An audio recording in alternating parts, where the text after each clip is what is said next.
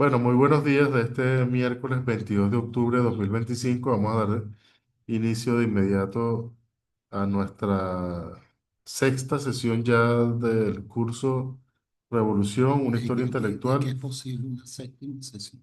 ajá, una lectura de la obra homónima de Enzo Traverso. Sí, lo habíamos comenzado lo habíamos comentado la semana que viene, la posibilidad de una sesión adicional. Aquí hoy vamos a estar trabajando fundamentalmente el capítulo 5 del libro, nos quedaría uno, de Entre manera que, libertad y liberación. entre la libertad y la liberación, de manera que, bueno, atentos a la información que vamos a estar pasando por el grupo. Es altamente probable que tengamos una sesión adicional. Bueno, saludos a todos y a todas. Los dejo con el profesor Michel Mujica. Buenos días. Buenos días a todas y todos. Y como bien dijo Reinaldo, es muy posible que el epílogo y el capítulo siguiente, el camaleón comunista, lo trabajemos en una próxima sesión que podría ser el miércoles de la semana próxima, si ustedes no tienen inconveniente, o si no, a la misma hora, 9:30, un cuarto para las 10. Y si no, si buscará otro día y hora, ¿no? Bueno, este es un capítulo que tiene una relación muy estrecha con todos los anteriores, pero es un capítulo de orden teórico, pero es fundamental y se deriva también del capítulo anterior, o sea, acerca de los intelectuales revolucionarios. El tema fundamental aquí es el tema de la democracia y el tema de la libertad y liberación, haciendo referencias a determinados cuadros, a determinadas figuras como Lenin, Trotsky, Marx en un momento determinado, también Hannah Arendt, Frank Fanon, entre otros autores, y también haciendo referencia a algunas revoluciones importantes como la Revolución Americana, estadounidense, la Revolución Rusa, haciendo unas críticas bien importantes a la obra de Sartre y a la obra de Hannah Arendt. El tema de la democracia y de las libertades, Foucault es una figura importante que él trabaja. No es casual a Rosa Luxemburgo, y comienza con dos citaciones, el capítulo 5. La primera es que es de Robespierre, que dice que la revolución es la guerra de la libertad contra sus enemigos, pero está hablando de la libertad en general. Y Rosa Luxemburgo plantea una idea de la libertad, pero también se vincula con las libertades. Cuando dice, y con las libertades del otro, del oponente, la libertad solamente para los militantes del gobierno, para los miembros del partido, aunque sean muy numerosos, no es la libertad. La libertad siempre debe ser pensada cuando uno piensa en la libertad de los otros, no por fanatismo de la justicia, entre comillas, sino porque todo lo que hay de instructivo y salutaire es eh, no saludable, sino de salvación y de purificar y, y purificador en la libertad política, se refiere a eso. En el caso cuando no reconozcan las libertades de los otros, la libertad como tal pierde su eficacia, porque la libertad se convierte en un privilegio. Yo les voy a leer, antes de comenzar a desarrollar el capítulo, un trabajo que yo hice hace unos años, publicado por Monte Ávila, que se llama Democracia y Hegemonía en Antonio Gramsci.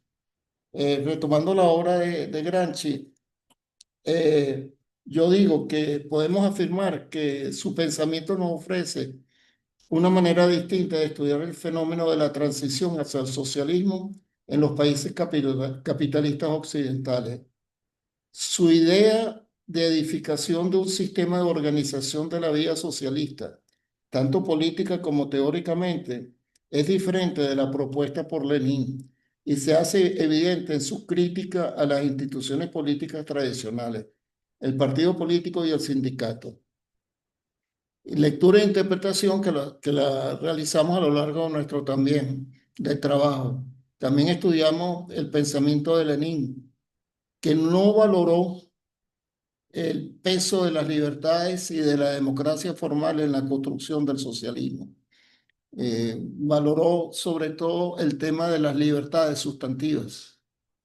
PAM, si podemos decir en los lemas iniciales de la revolución bolchevique, paz, tierra y trabajo. Al privilegiar en su análisis el momento de la coacción, en su interpretación del funcionamiento del Estado en las sociedades capitalistas.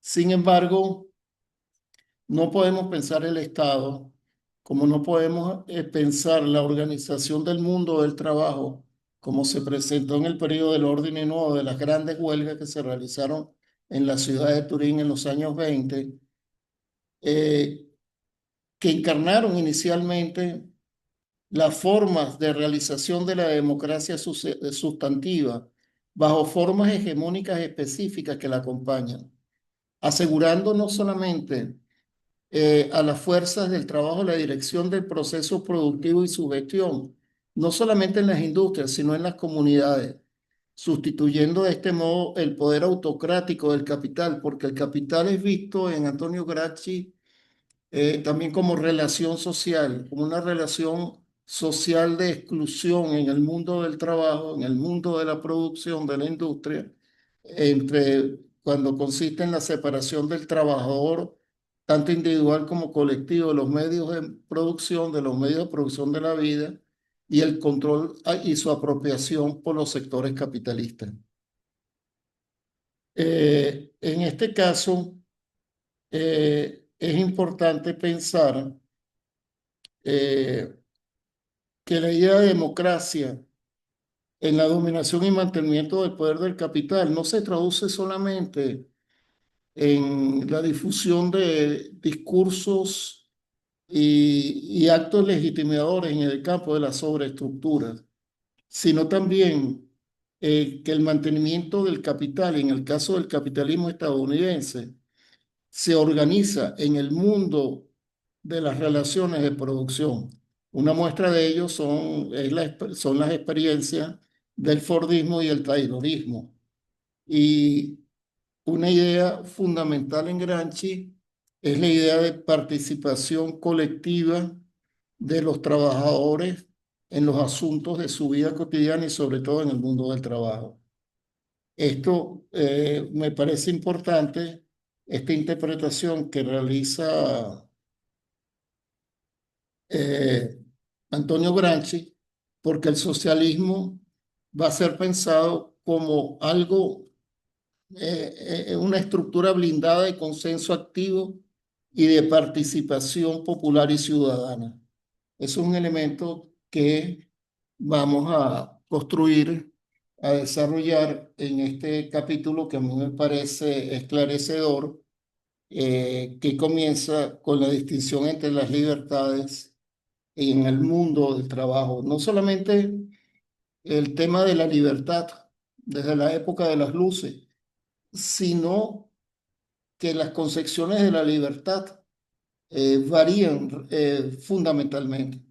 En 1932, Benito Mussolini, en compañía del gran ideólogo del fascismo italiano Giovanni Gentili, definía la libertad como sinónimo del totalitarismo.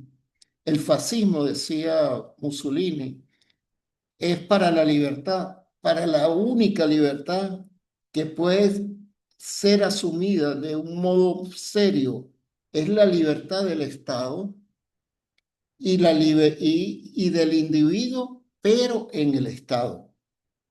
En el fascismo, los individuos están privados de cualquier tipo de libertad inútil o de libertades inútiles y no sé quién va a definir, por supuesto, cuáles son las libertades útiles y cuáles son las inútiles, deben ser los que controlan el poder del Estado, indudablemente. Es una forma totalitaria de libertad. También en la Constitución de la Unión Soviética del 36 hay una crítica eh, del poder del Partido Comunista, y León Trotsky hace un análisis de la Constitución del 36 en un libro que se llama La Revolución Traicionada,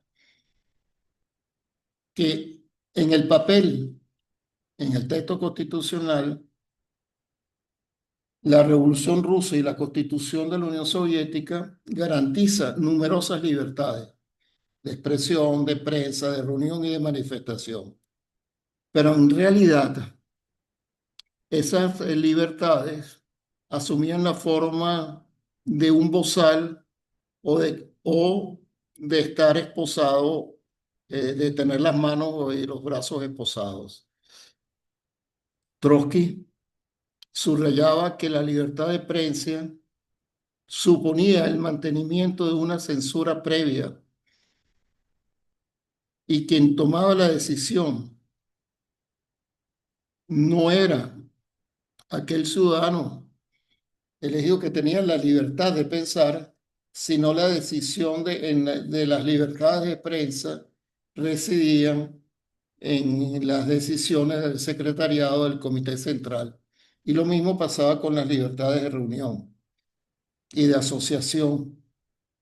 Él luego desarrolla un tema que a mí me parece importante, que es el de las libertades de los antiguos y las libertades de los modernos.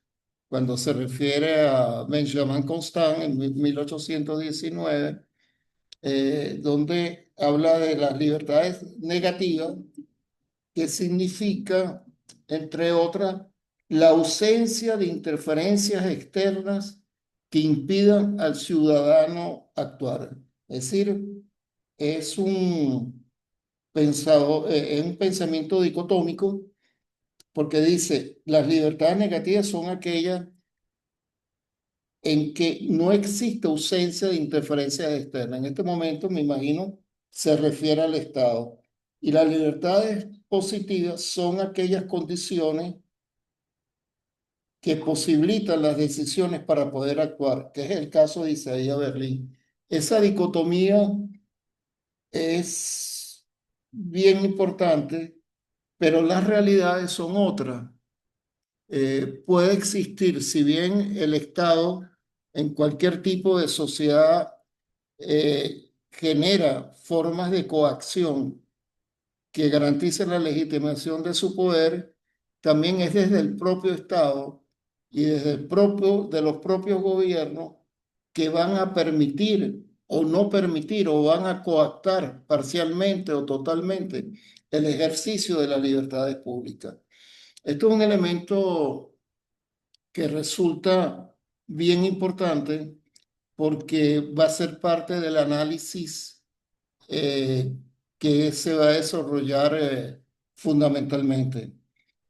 En La ruta de la servidumbre, von Hayek escribe que el sistema de propiedad privada, para que se den cuenta, es la mejor garantía de la libertad. Es decir, que solamente existe libertad cuando existe propiedad privada. En ese sentido, la crítica que hace Traverso me parece importante, porque él dice, entre otras cosas, que esa idea, eh, si uno la sigue hasta las últimas consecuencias, la única forma de libertad es la que produce un cierto hábito mental, hábitus mental, en la conducta de la vida del hombre económico neoliberal. Si eso es así, la única libertad posible es cuando triunfe plenamente de una vez por todas el Banco Mundial y el Fondo Monetario Internacional. La idea de libertad también es distinta. En el caso del discurso sobre el origen y los fundamentos de la desigualdad entre los hombres, el escrito de Rousseau, unos 20 años después, quizás casi 30 años después, antes de la Revolución Francesa. Rousseau eh, tiene una idea de la libertad donde niega el tema de que las libertades puedan garantizar de una vez por todas si tú eres propietario. Lo primero es que si yo cierro un terreno, cerco un terreno, yo puedo decir, eso es mío. Y después puedes encontrar buenas personas que lo crean. Eso puede ser el verdadero fundamento de la sociedad civil. Pero después se pregunta, ¿cuántos crímenes, cuántas guerras, cuántos asesinatos, cuántas miserias y cuántos horrores no pudo haberse ahorrado el género humano si logramos arrancar de los piadosos ese foso que existe cuando tú tienes un impostor que dice, ustedes perdieron todo y ustedes han olvidado que los frutos de la tierra son de todos y que la tierra no pertenece a ninguno. El joven Marx, él habla en la Reine Sessantu, que el diario este del Rin, toca el tema también de los cercados en Renania, y el argumento de Marx iba también en ese sentido, eh, que es el conflicto entre la propiedad y el derecho de existir. Y esa idea duró poco tiempo, pero fue fruto de la Convención Revolucionaria de la Revolución Francesa en la elaboración de la Constitución de 1793, donde se tocaban los temas de la salud, de la educación, como elementos fundamentales en el derecho de existencia. Es importante pensar que el núcleo del pensamiento liberal, que se va a desarrollar a lo largo de este capítulo, eh, se encuentra en el capitalismo. El capitalismo, por su propia lógica, conduce a la privatización de todas las esferas de la vida natural, social y política en las sociedades. Toca la naturaleza, toca la sociedad, toca la economía en todos los ámbitos y es el desplazamiento, desmantelamiento planificado de todos los espacios comunes, de todos los espacios públicos. Es la apropiación de territorios, es la apropiación de la actividad del trabajo de otros para convertir ese trabajo en trabajo forzado. Esos son los fundamentos tanto del capitalismo como también del capitalismo en su forma imperial y colonial. Es interesante y creo que hay un trabajo, un libro de Domenico Lo Zurdo sobre el tema del pensamiento liberal y del esclavismo, y donde se toca cómo grandes teóricos del pensamiento liberal fueron propiciadores y también vivieron de las formas de explotación colonial. Por ejemplo, en, en la medida en que la propiedad es el último sustrato de la libertad, aparentemente la libertad no era compatible con el colonialismo ni con el esclavismo. Eh, pero el colonialismo supone dos factores: la apropiación de un territorio que se puede considerar como tierra de nadie, y la población de ese territorio va a ser sometida al trabajo forzado y a la esclavitud. Y donde se asume por vía de la colonización tanto la creación de colonos propietarios de esas tierras amparados por el Estado colonial. Eh, y uno observa en muchos pensadores de, de las luces, pero sobre todo los jacobinos, que consideran el esclavismo como una metáfora útil para describir la coacción en tanto que condición antinómica de la libertad, pero ese era realmente un argumento discursivo. John Locke, por ejemplo, alababa la libertad y condenaba la esclavitud como un estado vil y miserable del hombre, pero no tenía ningún escrúpulo a ser un gran accionario de la Royal African Company, una de las principales actores en la deportación y del trabajo forzado de los negros africanos en las plantaciones de los Estados Unidos en Virginia. Thomas Jefferson, el redactor de la Declaración de Independencia de los Estados Unidos, que afirma el principio de igualdad, poseía varias centenares de esclavos. Y eso se va a seguir desarrollando al comienzo. No nos olvidemos, en los inicios de la guerra de independencia, como la mayoría de los mantuanos venezolanos eran poseedores de tierra y poseedores de esclavos. E incluso el propio Libertador en su familia, la familia tenía más de 1.000 esclavos y extensos territorios en toda Venezuela. Y la gran parte de los obstáculos que tuvo la independencia de Venezuela fue que en sus inicios no se incorporaron a la causa independentista la mayoría de los esclavos negros y pardos, y que luego, luego de la reunión con Petión en Haití y cuando eh, Bolívar asumió plenamente la liberación de la esclavitud y liberó la mayoría de los esclavos en sus tierras, este, fue cuando se incorporaron a las luchas independentistas los pardos, los negros y los mulatos.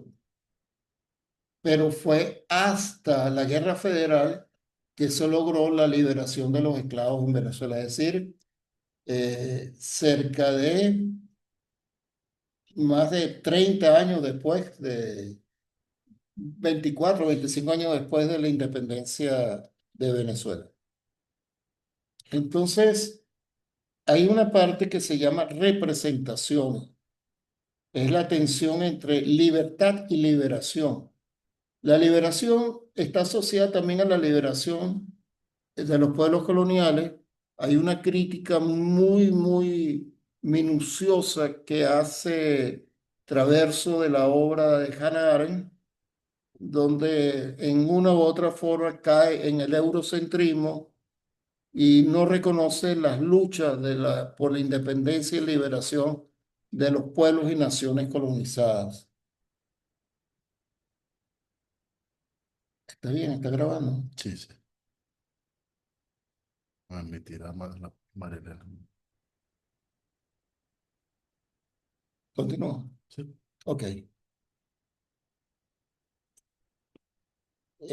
Por ejemplo, la tensión entre libertad y liberación fue uno de los rasgos típicos de la cultura del siglo XIX, que se denominó por muchos autores como la edad o la época de las revoluciones burguesas. Es decir, el papel que jugó la rebelión de los sectores populares, de las clases populares, en los inicios del capitalismo industrial, que en una u otra forma instalaron a la burguesía en el poder. En la primera mitad de 1830, François Guizot, futura encarnación de la monarquía de Julio, reflexionaba sobre la forma de reformar el reino de Carlos X, porque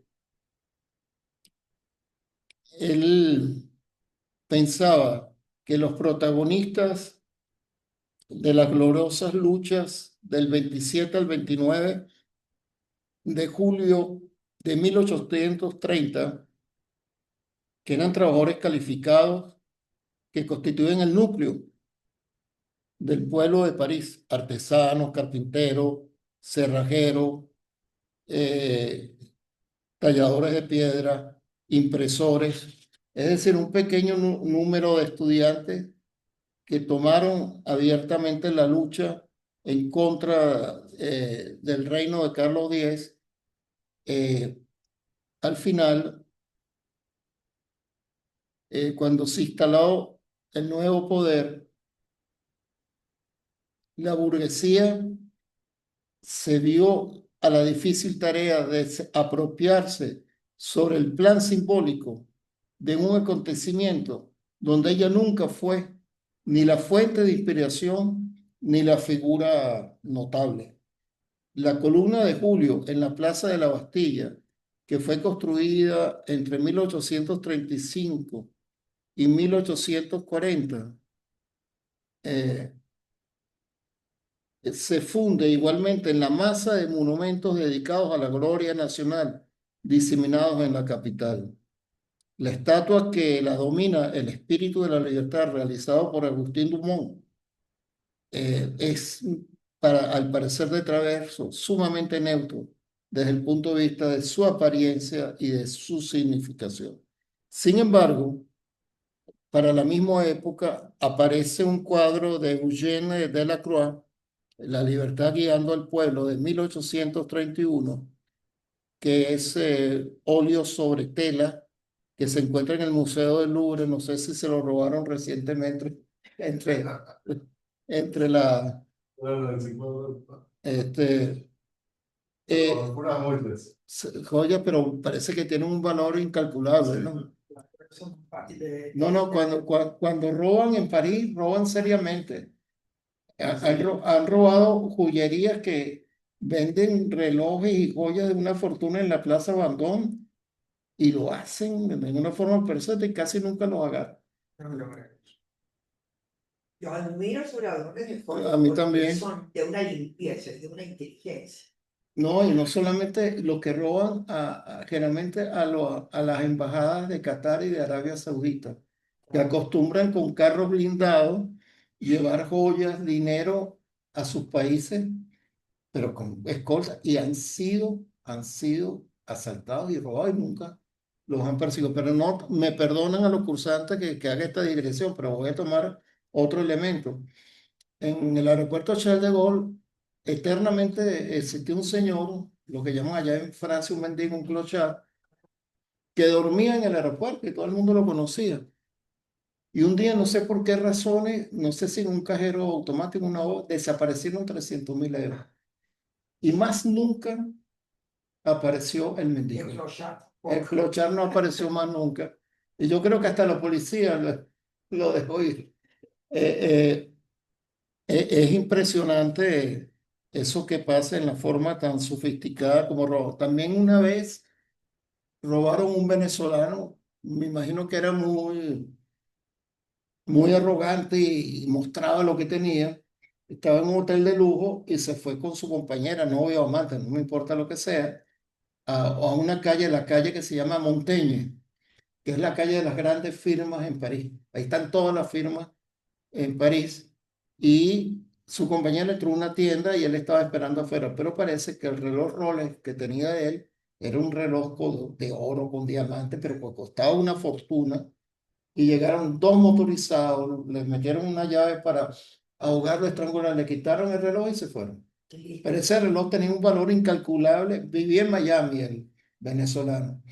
El reloj mostrando, y era un reloj que debía haber costado más de 300.000, 400.000 euros. Es un poco para que se den cuenta lo que pasa. Bueno, es importante la descripción que hace totalmente, léanlo con cuidado, gracias, Sí, eso que fue. de la pintura de Delacroix, La libertad guiando al pueblo. Si ustedes observan, agarren el texto, ustedes observan una mujer semidesnuda que lleva la bandera de la Revolución Francesa, la bandera tricolor, y hay una cantidad de hombres luchando y que pasan por encima de hombres que fueron muertos en una barricada. Esto entra en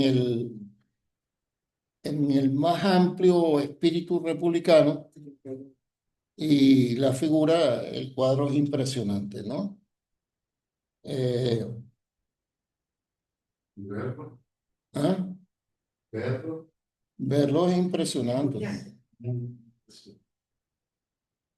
Entonces, porque es esta mujer desnuda izando una bandera, pero también tiene un fusil, lleva un fusil y,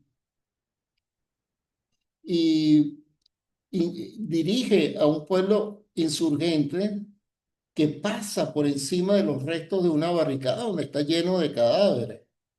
Eh, También la bandera tricolor reemplaza la bandera blanca de la dinastía borbónica, ¿no?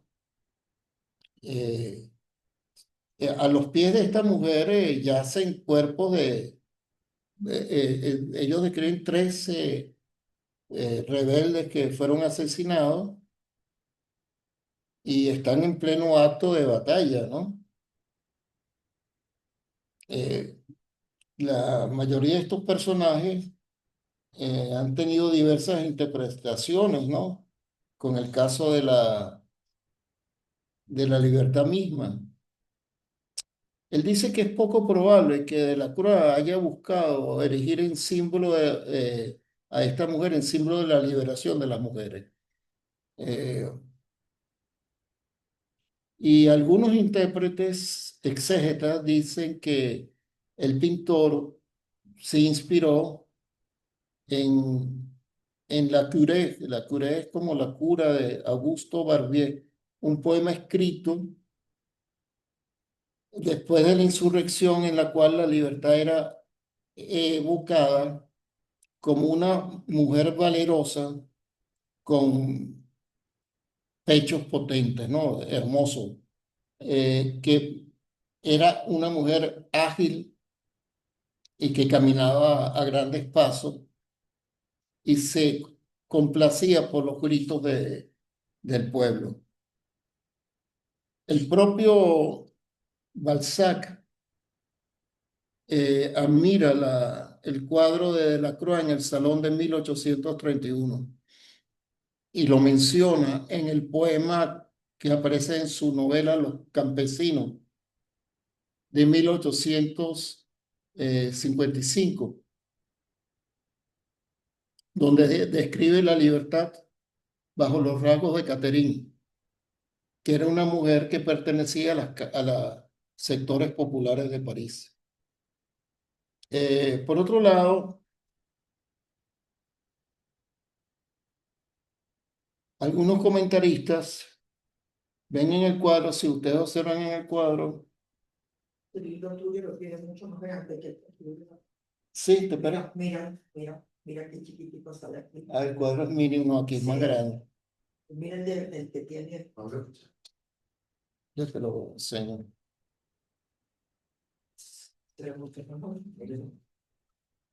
Claro, ahí se distingue todo. Eh, Cuando describe al hombre que se encuentra que tiene como esos sombreros de copa, empuñando un fusil, dice que es una figura interesante porque es un hombre que puede prestarse a equívoco, porque aparece mitad burgués y mitad obrero, ¿no?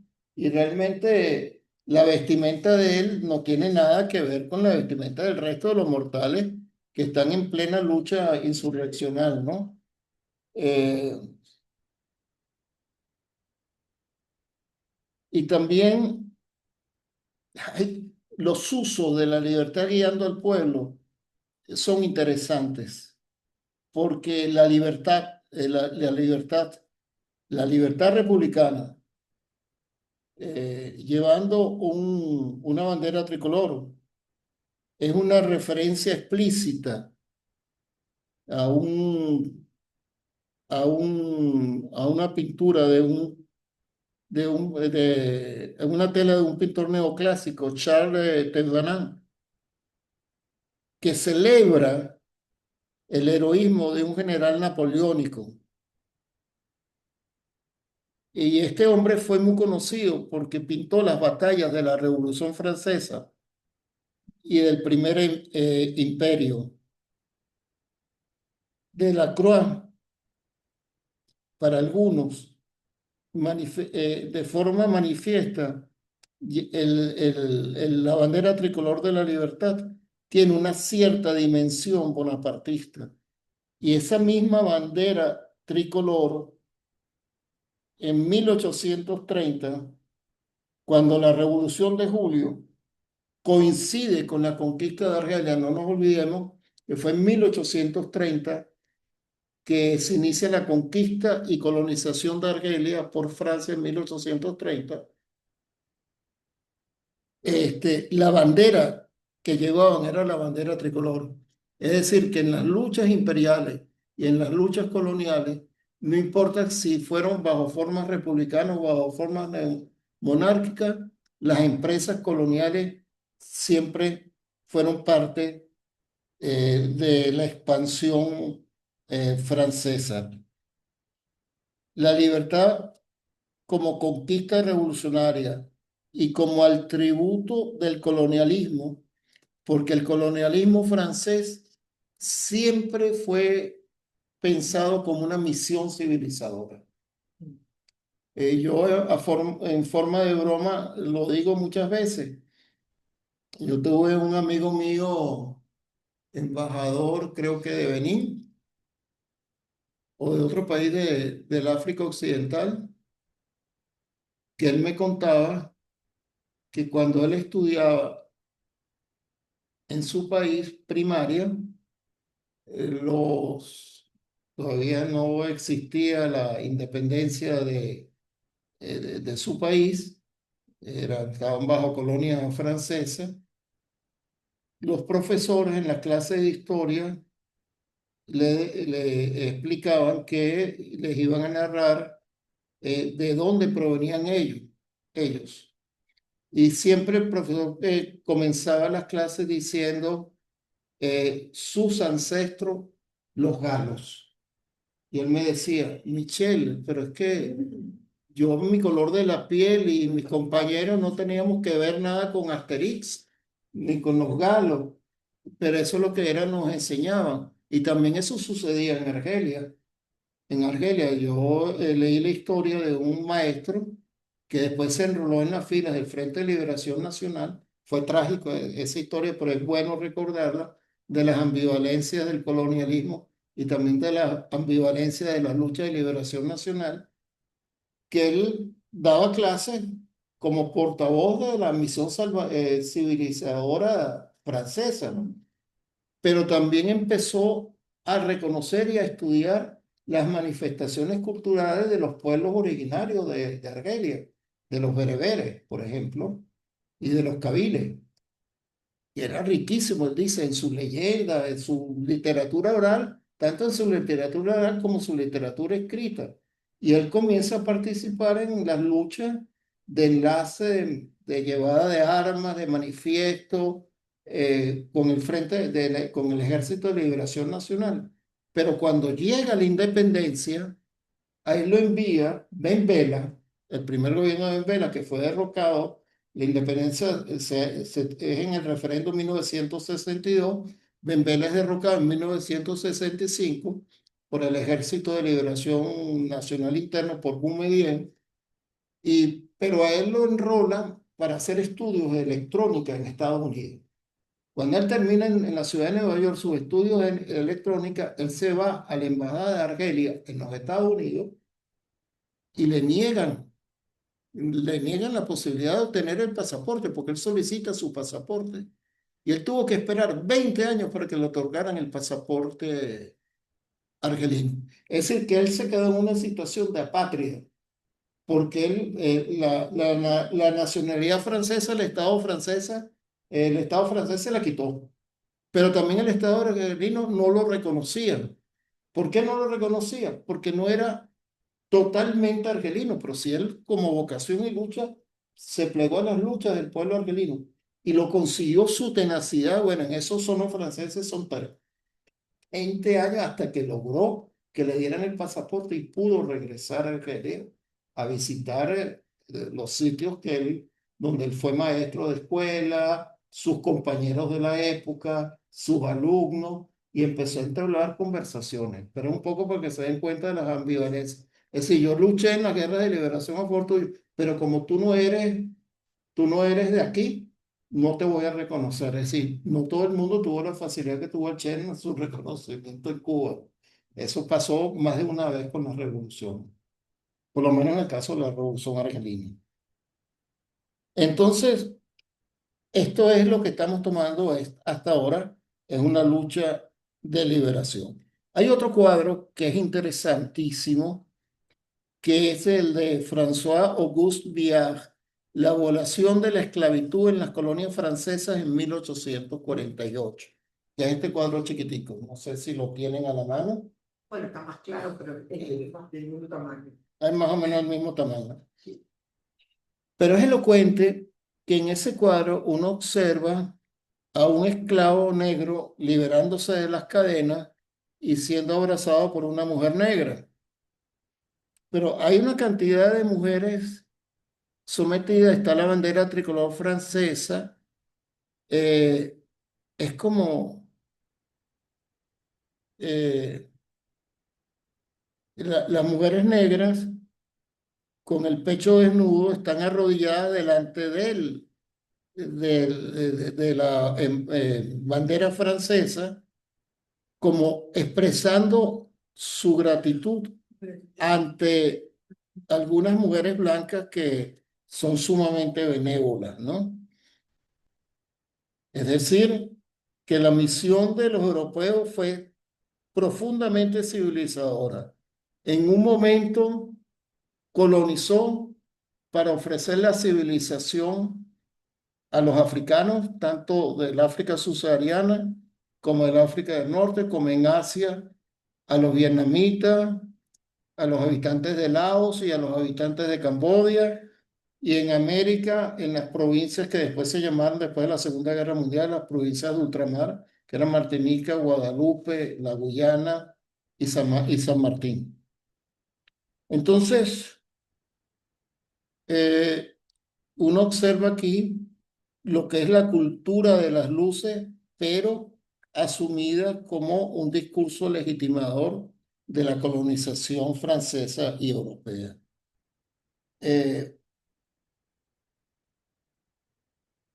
Hay otro tema que es bien importante, que constantemente se omite la revolución de Santo Domingo, la revolución que se llama haitiana, y que tampoco la menciona en ningún momento, y es extraño en su trabajo acerca de la revolución y la condición humana, Hannah Arendt. Hannah Arendt menciona solamente la revolución americana, estadounidense, y la revolución francesa, pero no menciona la revolución haitiana ni menciona tampoco la revolución rusa.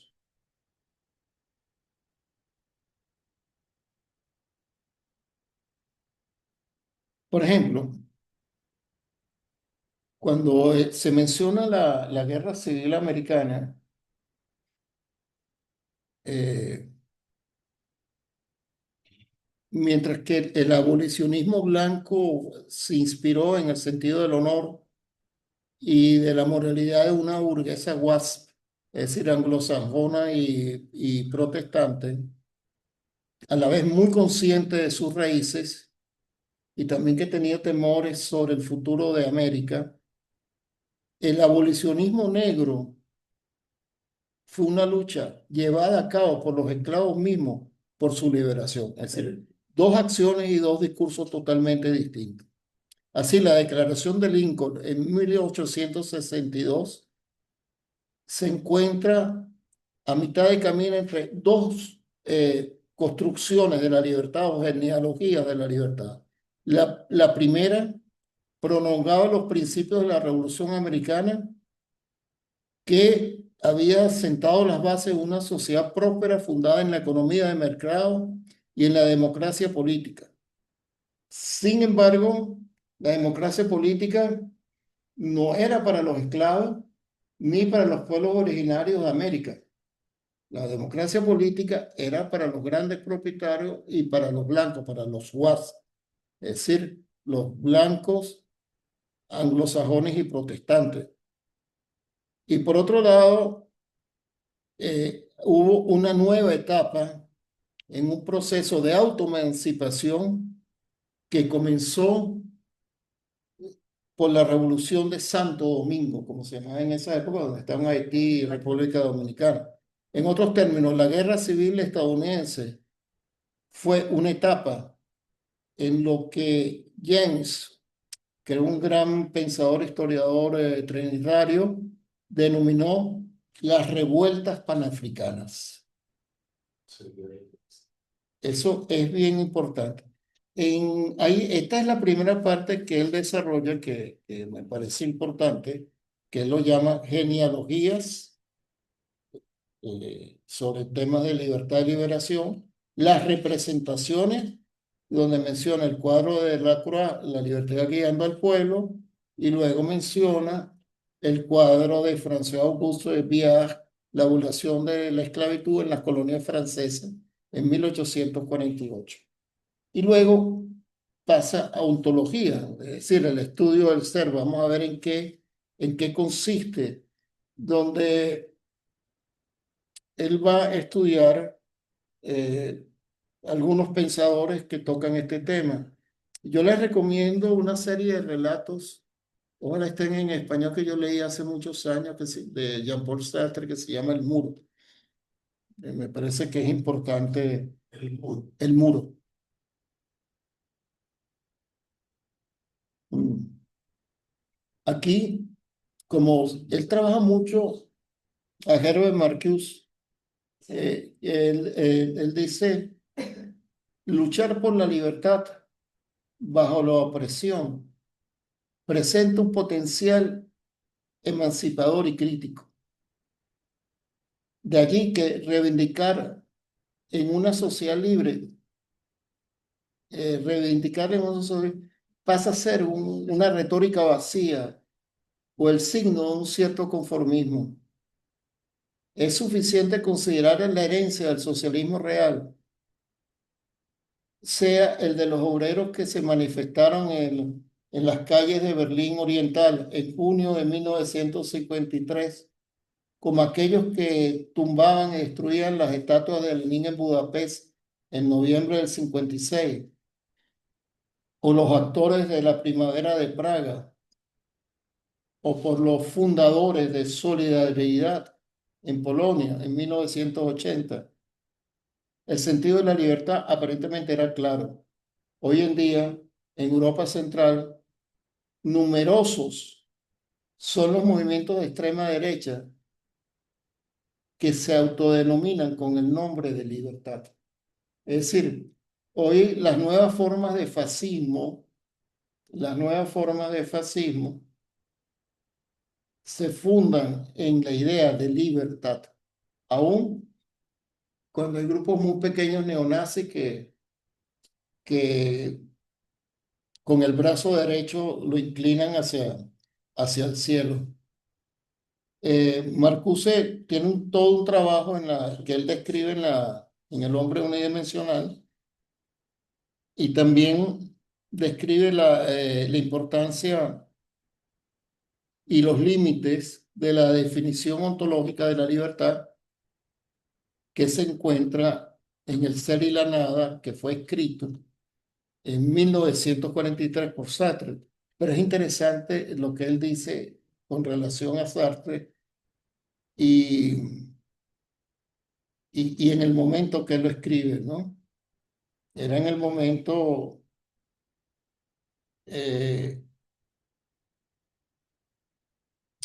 que él dice probablemente Sartre no lo sabía, que su libro, cuando fue distribuido en las librerías parisinas, las cámaras de gas funcionaban totalmente en Auschwitz y en Treblinka.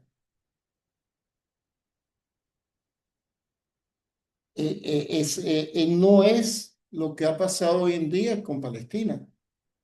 Hoy en día en Palestina eh, Se sabe. hay una relación muy estrecha entre el nazismo y lo que está haciendo hoy en día el Estado de Israel. Lo que, porque el nazismo tenía como norte la destrucción del judeo-bolchevismo, sobre todo del pueblo judío y también del régimen del poder bolchevique. Y todo lo que destruir, la Rusia, la Unión Soviética, era gran parte de las grandes batallas que llevaba el nazismo. En el caso del Estado de Israel, por el proceso de colonización y exterminio, es la erradicación total del pueblo palestino. Entonces, eh, no lo digo yo, hay un último trabajo, por favor me lo recuerdan porque está traducido al castellano, tiene ciertos bemoles, un trabajo de Emmanuel Todd.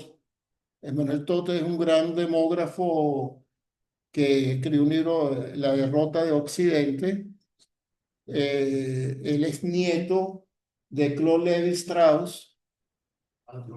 Sí, es nieto de Claude Lévi-Strauss, es judío, pero que no lo confundan con el Estado de Israel, dice constantemente. Y él describe, hace un análisis pormenorizado de lo que él considera lo que es el fascismo y el nazismo hoy en día y lo que era en el pasado. Lo que es, no, en un artículo extenso que yo se los hago llegar ahorita al grupo. Eh, Sobre todo, no hay duda, y lo dice así claramente, en lo que hizo el Estado de Israel, lo que está haciendo el Estado de Israel y lo que hizo la Alemania nazi. No hay duda en calificar en términos semejantes las acciones de un Hitler con un Netanyahu. Entonces, nazismo y sionismo para él son elementos centrales, son semejantes. También hay movimientos de extrema derecha defensivos, que es el caso del movimiento de Le Pen, los movimientos AfD, que tratan de preservar, entre comillas, sus valores culturales y sociales frente a lo que ellos consideran la gran avalancha que viene del exterior, el gran reemplazo, son los inmigrantes que eran bien recibidos en los años 60, pero que hoy en día no son bien recibidos en Europa.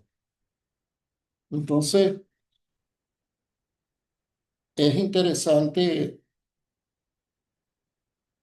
el trabajo que él realiza, pero también más interesante es cuando él desarrolla el trabajo de Foucault, porque Foucault con sus tesis del biopoder, cómo el poder se ejerce sobre los hombres cotidianamente, da elementos del tema de las libertades, de sus prácticas y sus relaciones con el poder. Porque él considera que para Foucault el poder es un todo compuesto de relaciones y de redes que nos moldean, que nos construyen y nos forman, porque nos disciplinan nuestros cuerpos y toman cuidado de nuestras vidas. El poder es así como un pastor que protege su rebaño. Y entonces la oposición entre poder y libertad no tiene sentido, dado que el primero no puede ser destruido sino por una acción liberadora. Para Foucault, la liberación, concebido como un acto de confrontación violenta entre un Estado soberano y un sujeto insurgente, puede ser un relato mítico, puesto que la libertad no puede ser descrita como una especie de sustrato original que la autoridad política habría recubierto o escondido o encadenado. La libertad no puede ser conquistada, ella debe ser construida, introduciendo prácticas de resistencia en el interior de las relaciones de poder. Eso me parece a mí sumamente interesante. Es lo que hace una distinción también a Emmanuel Todd en el artículo que les voy a hacer llegar entre lo que se puede entender en el mundo judío entre tierra prometida y tierra que puede ser adquirida o tomada. Tierra prometida es una tierra que podemos llegar a ella en algún lugar, pero la tierra permitida es aquella tierra donde nosotros tenemos derecho a tomarla y conquistarla en cualquier momento. Incluso aquí sigue más adelante, hablando sobre el tema de las libertades, que plantea en consecuencia la construcción de nuevas subjetividades. Él toca la sexualidad, por ejemplo, no puede ser liberada, pero pueden darse nuevas formas y técnicas, en otros términos, por nuevas prácticas eh, de existencia. Entonces Foucault elabora una distinción que es importante eh, entre libertad y liberación. Ya en los años 80, esto yo no lo sabía, durante la última fase de su trayectoria intelectual, periodo en el cual, según numerosas críticas, pero él no las avala, expresa una cierta inclinación por el individualismo y tenía cierta curiosidad intelectual por el neoliberalismo. Sin embargo, la herencia de Foucault también tiene que ver, se pueden articular a ciertos conceptos del poder, aquellos propuestos por Weber, por Schmitt y por Marx. Eh, las categorías de Foucault, él considera, pueden ser de gran utilidad para comprender la historia de las prácticas de la dominación y de la libertad. La libertad, según en el plano político para Foucault, surge como un poder constituyente que puede erigirse bajo la violencia y que puede compartir en cierto modo con el poder soberano anterior. Después describe la obra de Hannah Arendt, el escrito sobre la revolución de 1963,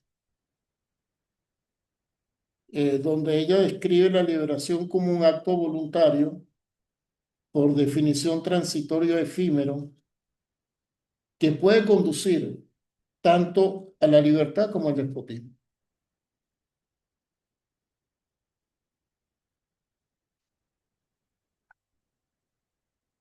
También Hannah Arendt, en los orígenes del totalitarismo, consagra muchas páginas a Edmund Burke, un primer crítico conservador de la filosofía de los derechos humanos, que lo describe como un precursor de los regímenes totalitarios. Sin embargo, 10 años más tarde, Arendt saluda a este mismo hombre, a Burke, como un detractor lúcido de la Revolución Francesa.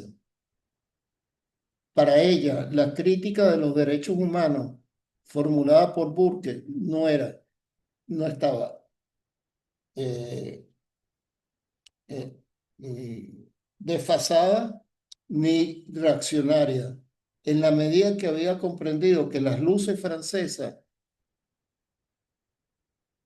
no reprochaban al antiguo régimen de privar los seres humanos de la libertad y de la ciudadanía, sino de sus derechos naturales.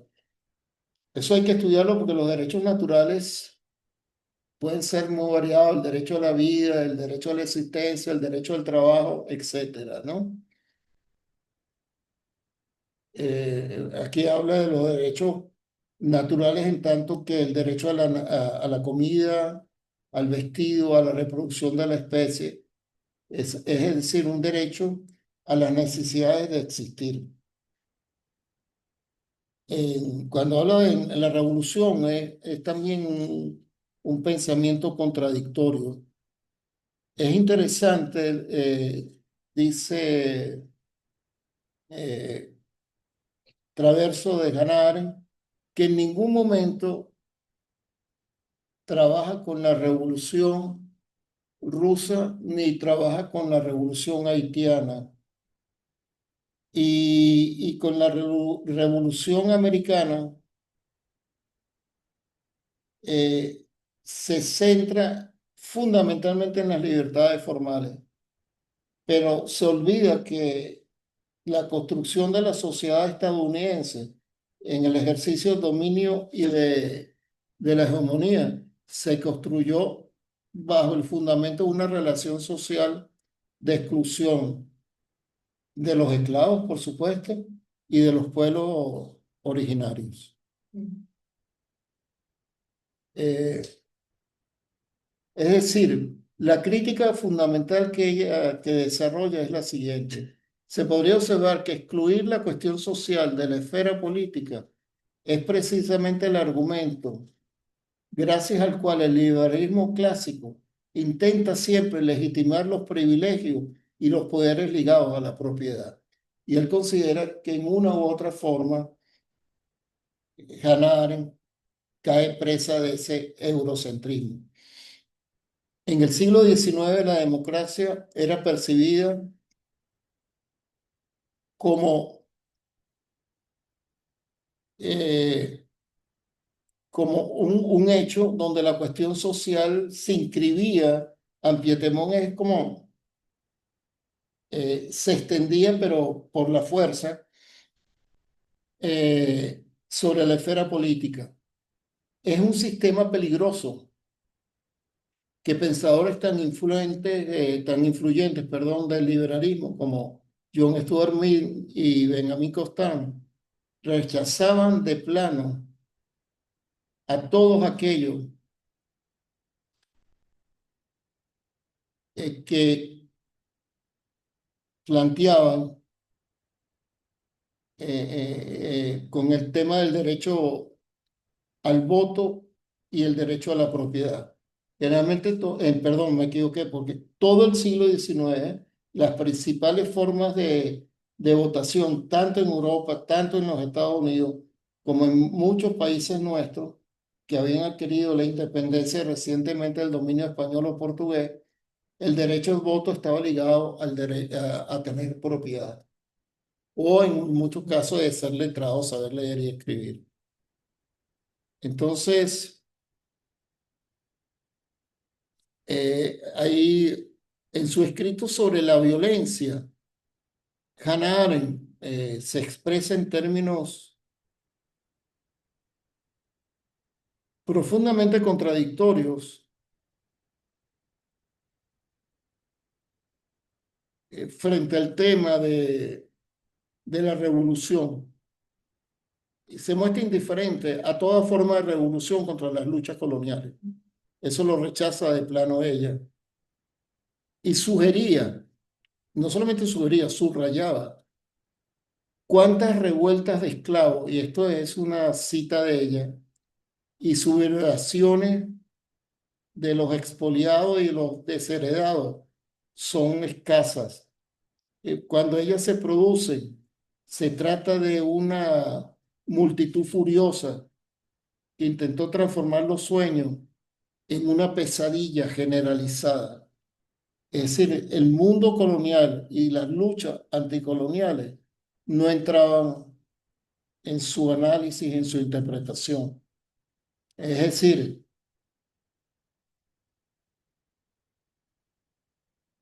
para ella, en lugar de ser los jefes de un proceso revolucionario de descolonización Mao, Castro, Che Guevara y Ho Chi Minh eran los salvadores de ciertas encarnaciones religiosas de estudiantes desilusionados tanto por el este que por el oeste, los dos bloques opuestos de la Guerra Fría.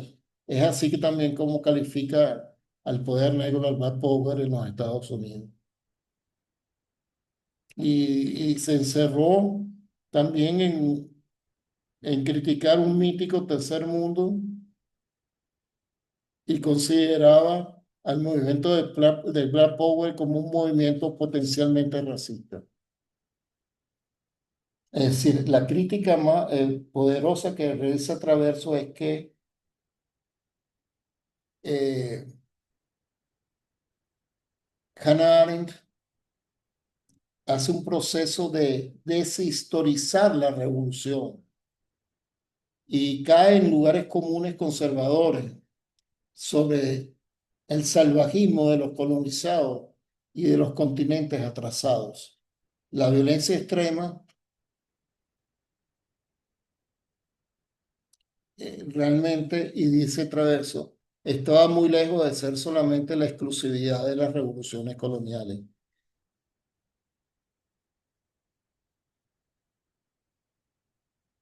Es imposible, dice más adelante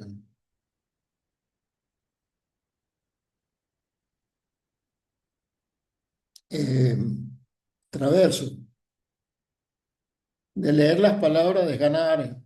También se refiere a, aquí hay varias imágenes.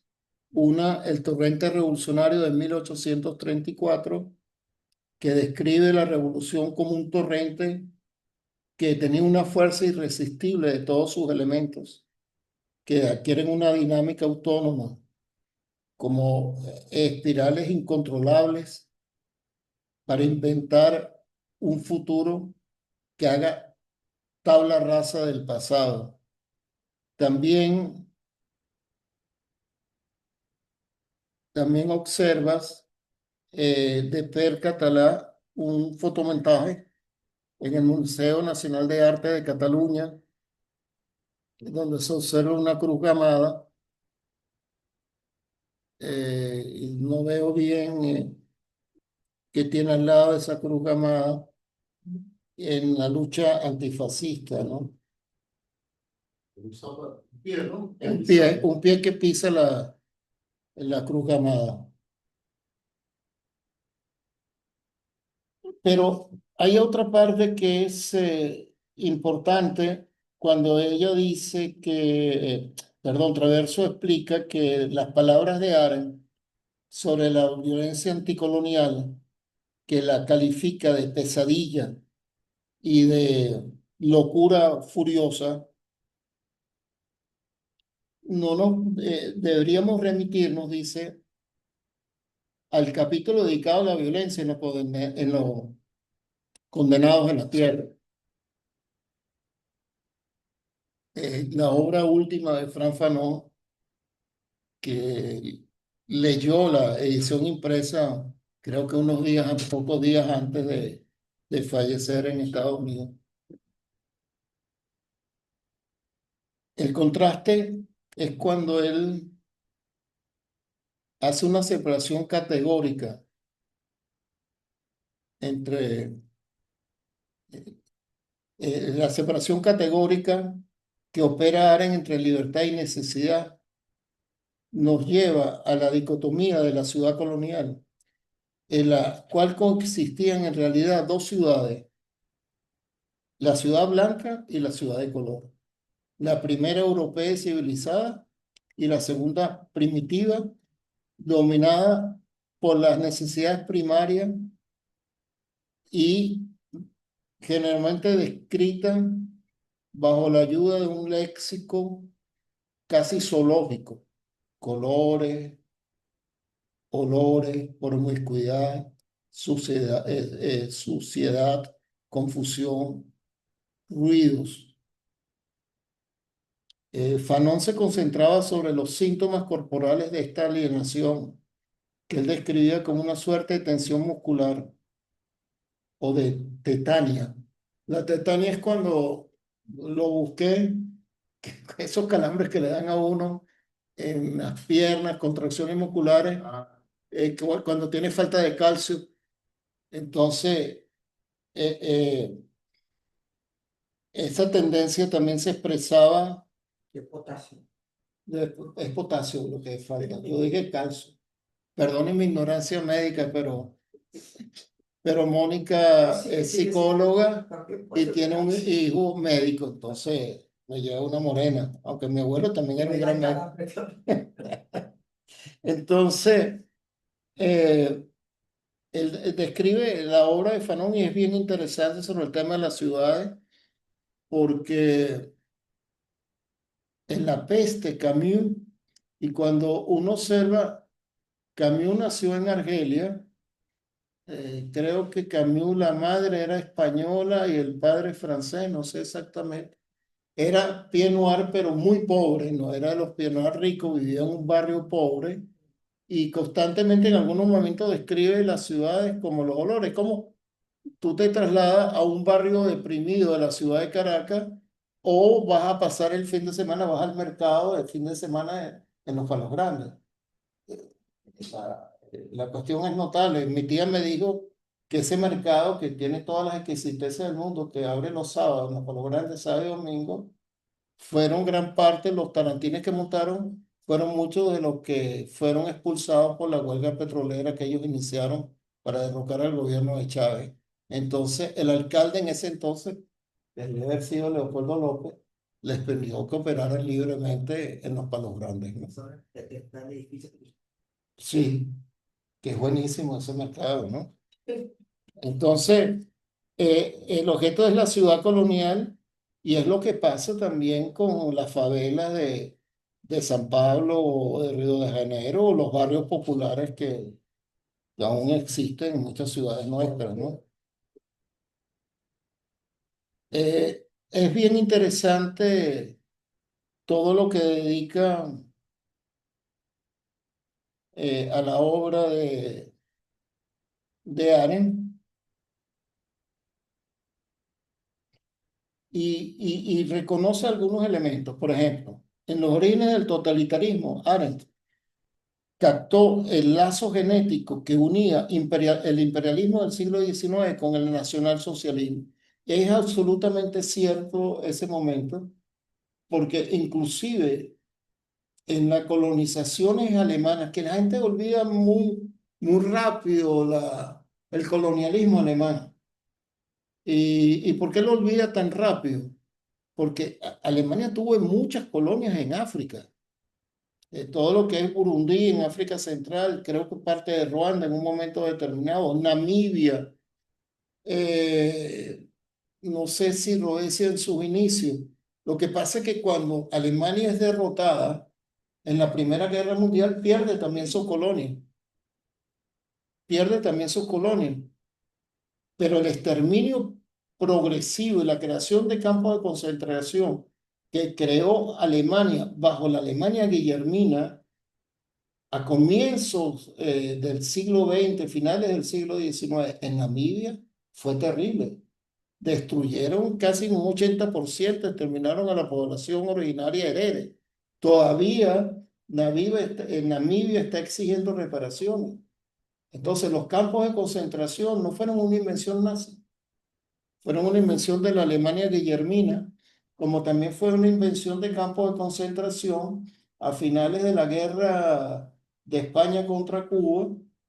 Se crearon campos de concentración, en la mayoría fueron catalanes, y eso me lo contó un gran catalán historiador, Miquel Isar, que tuve el honor de conocerlo, de ser amigo de él, que me explicó en detalle cómo funcionaban esos campos de concentración al final de la guerra cubano-hispana. Entonces, eh, sin embargo, ella ve que estas políticas exterminadoras de los vínculos entre el nacionalsocialismo y el imperialismo del siglo XIX, ella abandona esa idea en sus trabajos ulteriores. Y al final su aproximación de la política es totalmente eurocéntrica. Su ensayo sobre la revolución no incluyó ninguna referencia a la revolución haitiana. Su concepto de libertad no permitía pensar el derrocamiento del colonialismo por un movimiento de autoemancipación conducido por pueblos que fueron reducidos a la esclavitud. A pesar de su intuición fecunda, donde ella hizo prueba al final de la Segunda Guerra Mundial, termina por unir la corriente dominante eurocéntrica del pensamiento occidental. Como lo observó muy bien Domenico Losurdo, en el siglo XIX la libertad estaba limitada por potentes fronteras de clase, de raza y de género. Solo la propiedad acordaba la ciudadanía plena y entera a los hombres blancos, mientras que los proletarios, los colonizados y las mujeres no tenían plenos derechos. En consecuencia, una genealogía de la libertad debería ser concebida como un proceso ligando tres formas de liberación que históricamente asumieron el nombre del socialismo, del anticolonialismo y el feminismo. En esto yo quisiera que, porque el otro día estuve conversando con Juan Antonio Hernández, que te tienes que leer de pleno, porque lo mejor que se ha escrito sobre la revolución es el texto de Hannah Arendt, y yo le comenté esto, pero él no me hizo mucho caso. Pero bueno, le deseo el mayor de los éxitos porque parece que va a dar clases en la Universidad de Cataluña, en Cataluña, y le va a ir muy bien, como pienso que le va a ir muy bien. Y también me lo recomendó también Carlos Con, el filósofo que está jubilado, que vive en Panamá. Sobre la revolución De Hannah Arendt. El lazo entre libertad y emancipación es un elemento que no puede ser olvidado, ¿no? Y no puede ser olvidado por varias cosas, porque el lazo entre libertad y emancipación social no es un factor específico solamente a la Revolución Francesa. En 1848 los revolucionarios alemanes afirmaban que no se podía disfrutar plenamente de la libertad de leer, que llamaban Pressefreiheit, sin la libertad de alimentarse, Freiheit, que Bertolt Brecht reformará así: al comienzo la comida y después la moral. No deja de ser cierto, y también la revolución bolchevique en sus inicios en San Petersburgo, su adhesión al tema del pan, paz, tierra y trabajo. Entonces, y esto es importante destacarlo porque sin una buena alimentación, sin una buena salud y sin una buena salud pública y una buena educación pública, las revoluciones no van para el baile y se van por el mal camino. Eh, También Orwell describe la vida, la invención de nuevas prácticas de la libertad. Esto se asocia a esta idea de práctica de libertad, lo que Foucault también hablaba como ciertas prácticas de libertad. Cómo describía a la capital catalana, Barcelona, en 1936. Es un largo párrafo, pero yo voy a ir resumiendo algunas cosas que son importantes. Lo que captaba de la vida de Barcelona superaba cualquier expectativa. Cualquier tienda, cualquier café tenía una inscripción que informaban de haber sido colectivizada. Hasta las cajas de limpieza de zapatos, de los limpiadores de zapatos, habrían sido colectivizadas y pintadas en rojo y en negro. Sin embargo, eso es interesante.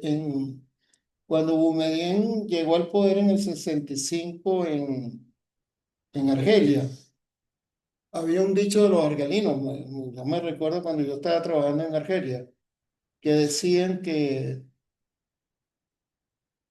es un poco que con Benvela fue el tiempo de las libertades. Quizás si Benvela hubiera seguido en el poder, hubiera sido un sistema político de organización económica muy semejante al yugoslavo de Tito, a la Yugoslavia de Tito. Sin embargo, en la época de Boumedienne, si bien el tema, las libertades sociales, la democracia sustantiva, se amplificó enormemente. Si tú no pudiste estudiar, trabajar decentemente, en la época de Boumedienne no lo harías más nunca. Después hablaban de Shelley. Si tú no robaste en la época de Shelley, tú no robabas más nunca. Pero Boumedienne también tomó una decisión. Prohibió el trabajo de los limpiadores de zapatos por una razón muy sencilla. Ninguna cabeza argelina puede inclinarse ante otra. Y los prohibió, la prohibió. Y realmente hay que reconocer que en el sentido de educación, de salud, realmente los logros de Boumediene fueron, y también de solidaridad internacional, que también las tuvo indudablemente Vendela. Entonces, sigue describiendo la vida, ¿no? Todas las frases de tipo servil. Esa cosa que me impresiona mucho aquí, que pasa por la calle y te dicen patrón o doctor, en todos lados. Eso no, desaparecieron del mapa lingüístico en Barcelona. Eso no se utilizaba.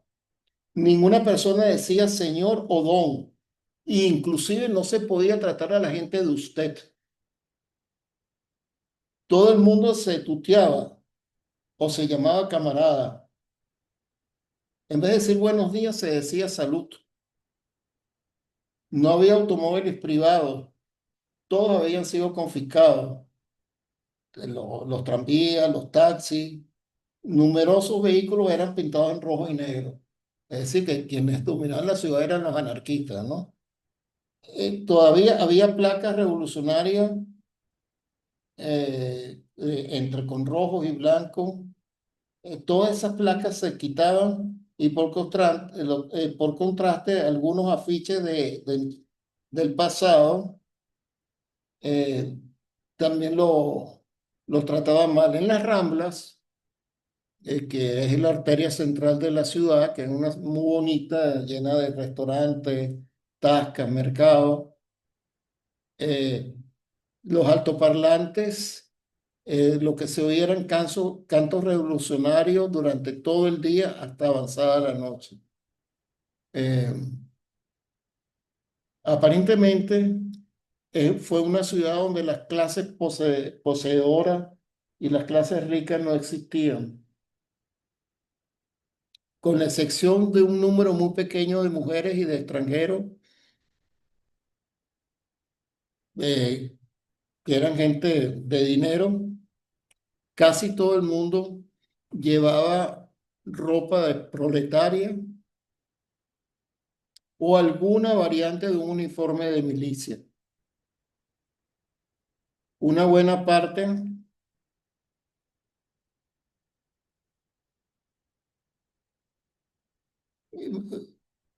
y que todo lo que había para él valía la pena de vivir. Le estoy traduciendo muy rápidamente. Sí. Eh, Todo esto era raro y conmovedor, dicen que Todo era raro y conmovedor. ¿Cómo dice la traducción? había muchas cosas que yo no entendía, pero reconocí de inmediato un estado de cosas por el que valía la pena. Ok, gracias. También hay una foto del Barcelona en el 36 del Hotel Ritz, que fue transformado en un hotel de gastronomía popular por los anarquistas del Consejo Nacional de Trabajadores, ¿no? Es importante el rol jugado en la Guerra Civil Española, ¿no?, por los anarquistas y también el rol jugado por el anarquismo, sobre todo. Aquí no, históricamente el anarquismo no surtió mucho efecto. Había un estudiante de la escuela que era anarquista, Rafael Uzcapi. Era, Hay unos compañeros españoles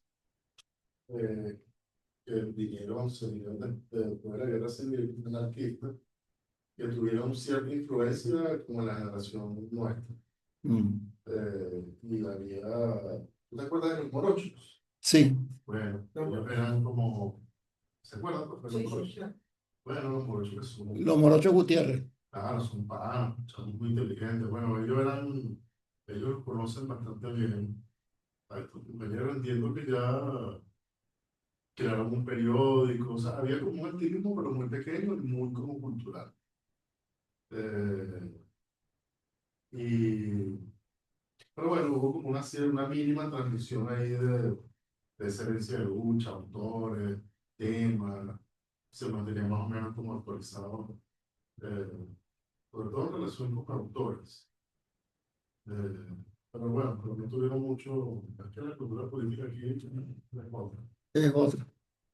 Y porque es interesante la crítica que hace Marx o que hacen al anarquismo en el sentido en ver al Estado como el enemigo en un momento determinado. Me parece más interesante la lectura que hace Foucault, que hay espacios de lucha, en todos los espacios de lucha. Yo tomé nota de una vez, trabajando de las obras completas de él, tomé nota de que es como un biopoder microscópico, porque incide en todo el tejido social y político en la sociedad, en la familia, en las relaciones padre-hijo, en las relaciones de poder, en las comunidades. Y es bien interesante, el poder es como algo que se diluye como cuando tú mojas una esponja, que se mete en todos los poros, y realmente es importante en ese sentido, ¿no? Claro, en un momento dado, ¿cuál es la centralidad de ese poder? También es difícil, no es fácil definir esa centralidad del poder, ¿no? Eh, también se incluye, y esto sí me parece muy importante, como una mujer revolucionaria que estuvo en el movimiento espartaquista, que fue asesinada como Rosa Luxemburgo, toma distancia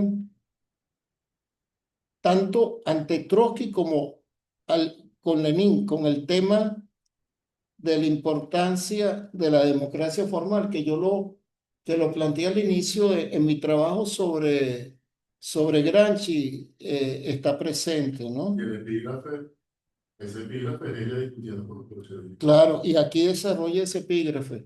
Aquí dice, nosotros siempre distinguimos, este es un escrito de Rosa Luxemburgo del 18. Nosotros siempre distinguimos el núcleo social de la forma política de la democracia burguesa. También nos separamos de ese molesto nudo o de núcleo de desigualdad y de servidumbres sociales que se esconde debajo de la concha azucarada de la igualdad y de las libertades formales. No para rechazarlas, dice ella, sino para incitar a la clase obrera que no se contente de la cáscara, de la cubierta, ¿no? Eh, que no solamente a conquistar el poder político, sino para conquistar el poder político, para rellenarlo de un nuevo contenido social. La tarea histórica del proletariado, cuando toma el poder, es de reemplazar la democracia burguesa por la democracia socialista, pero no para suprimir toda forma democrática. Y eso es cierto. Y Gramsci, Eso lo inspira un poco. Eso es cierto porque Gramsci nunca abandonó eso. A mí nunca se me olvida esa carta que él le dirige a Antonio Gramsci, a Palmiro Togliatti, semanas antes de que lo encarcelaran, en el 26. La Revolución Rusa demostró que podíamos llegar al poder, pero lo que no ha demostrado la Revolución Rusa, que está hablando del año 1926, es decir, 9 años después, si somos capaces de construir el socialismo. Y cuando él trabaja en los consejos de fábrica, constantemente ese es el núcleo. Y cuando él habla de las asociaciones voluntarias como el partido y eh, como el partido y los sindicatos como asociaciones voluntarias de las clases trabajadoras, también está planteando que el núcleo fundamental, que es el mundo del trabajo de la producción, debe ser democratizado. Y no nos olvidemos, todas las revoluciones inicialmente toman el mundo de la producción. Fue en Rusia inicialmente lo hicieron, pero lo hicieron también en Alemania, lo hicieron en Hungría, y lo hicieron en diversos países la toma del poder. Aquí también la revolución boliviana en sus inicios también tomó. La historia, el desenlace es triste del que se está viviendo en Bolivia, pero es importante el tema de las libertades. Después está el tema de la liberación del tiempo, que lo desarrolla al final, que,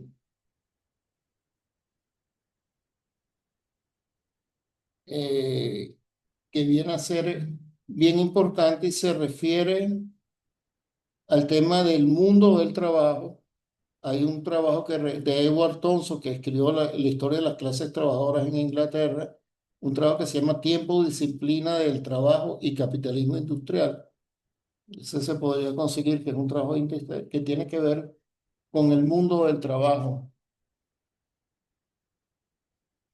El tema dice él que trabaja en el Capital, en el primer volumen, también trabaja el mundo de las necesidades, el mundo del trabajo en el Capital, cuando trabaja la reificación de las mercancías, del mundo de las mercancías. Y también el paso del reino de las necesidades al reino de las libertades. Y el yerno de Marx, el trabajo que hizo sobre el elogio de la pereza por Lafargue. Walter Benjamin también toca el tema en su decimocuarta tesis de 1940. Benjamin define la revolución como un salto de tigre en el pasado que se produce en el campo de la historia, es decir, en una sociedad con sus relaciones de clase antagonista y su conflicto político. Ese mismo salto efectuado bajo el libre cielo de la historia es el salto dialéctico, la revolución tal como la concebía Marx. La revolución es una potencialidad, no es el resultado automático del desarrollo de la historia. Es decir, la revolución no es un inevitable, pero nosotros no sabemos cuándo puede suceder. Incluso el tema del calendario lo sigue trabajando Benjamín.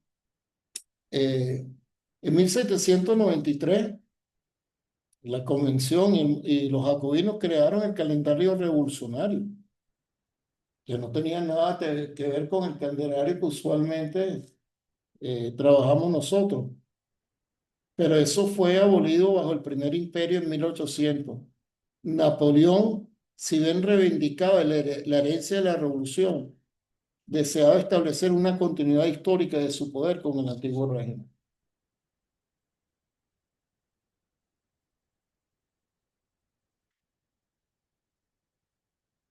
En los comienzos de la Unión Soviética, la invención de una temporalidad nueva, cualitativa y utópica, se jugó en muchos campos, en el campo de la estética, a la política, con creaciones de la vanguardia futuristas y supremacistas, la preparación estratégica de una revolución mundial dirigida por la Internacional Comunista, fueron partes del dominio que se fue desarrollando progresivamente. Sin embargo, las tentativas constructivistas coexistían con una profunda discusión sobre el taylorismo, y yo agregaría el fordismo, que esa profunda discusión también la desarrolló Antonio Gramsci en el periodo del Orden Nuevo, que era una revista teórica de los trabajadores de Turín, pero también es importante destacar que el tema de la hegemonía del socialismo y la democracia fue desarrollado por Antonio Gramsci en el periodo del Orden Nuevo y en los cuadernos de la cárcel, donde toca temas como la crítica de las instituciones políticas tradicionales, el partido político y el sindicato, la relación entre partido político, sindicato y consejo de fábrica, el perfil del proyecto societario ideado en el orden nuevo, la democracia y la hegemonía y el bloque histórico en los cuadernos de la cárcel y sobre todo hegemonía y economía en el periodo del americanismo y el fordismo. Esos son elementos que a mí me parecen importantes y que forma parte y al final del capítulo lo describe Traverso muy bien cuando dice la mayor parte de las sublevaciones del siglo XIX, del siglo XX, la revolución bolchevique tuvo lugar en un contexto de su desarrollo social y económico y fue el resultado, como sugería Trotsky, de un desarrollo desigual y combinado de Rusia, pero su transformación en una revolución permanente fue paralizada en Berlín, en Múnich, en Budapest y Viena entre 1919 y 1923, donde la vanguardia de la revolución socialista occidental fracasó trágicamente. El verdadero reino de la libertad residía, para hablar con Benjamín, en una Wunschbild, es decir, una imagen del deseo.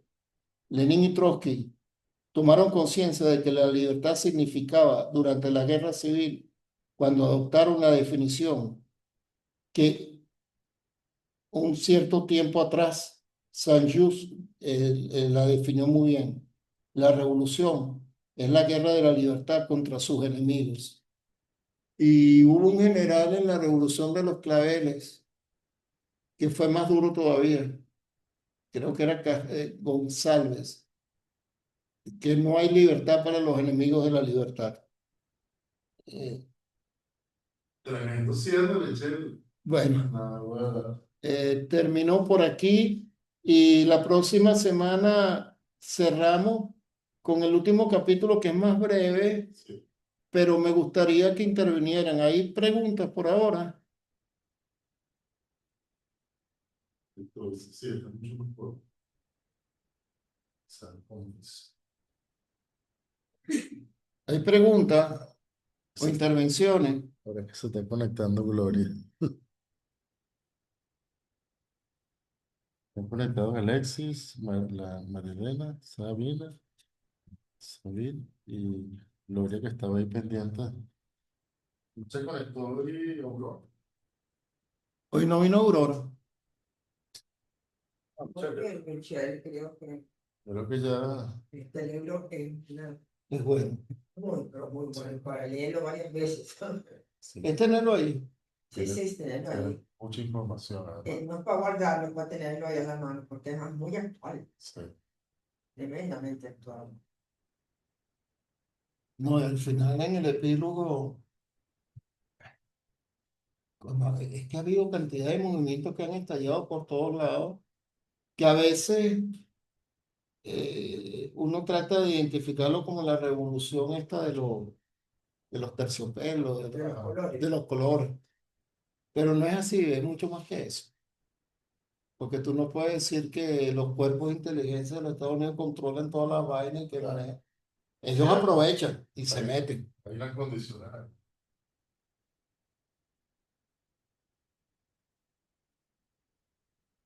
Bueno, yo voy a aprovechar de, de ir al celar. ¿Tú qué vas a hacer ahora? Pero no, nada, pues, Yo voy al celar. Ahí debe haber cerca una agencia del Banco de Venezuela, sí. tú sabes, Cerramos la sesión, Michelle, porque Sí, ya- había una fiesta hoy. Bueno, nos vemos entonces Hasta el próximo el miércoles. próximo miércoles a la misma hora. Aquí hay un mensaje por acá.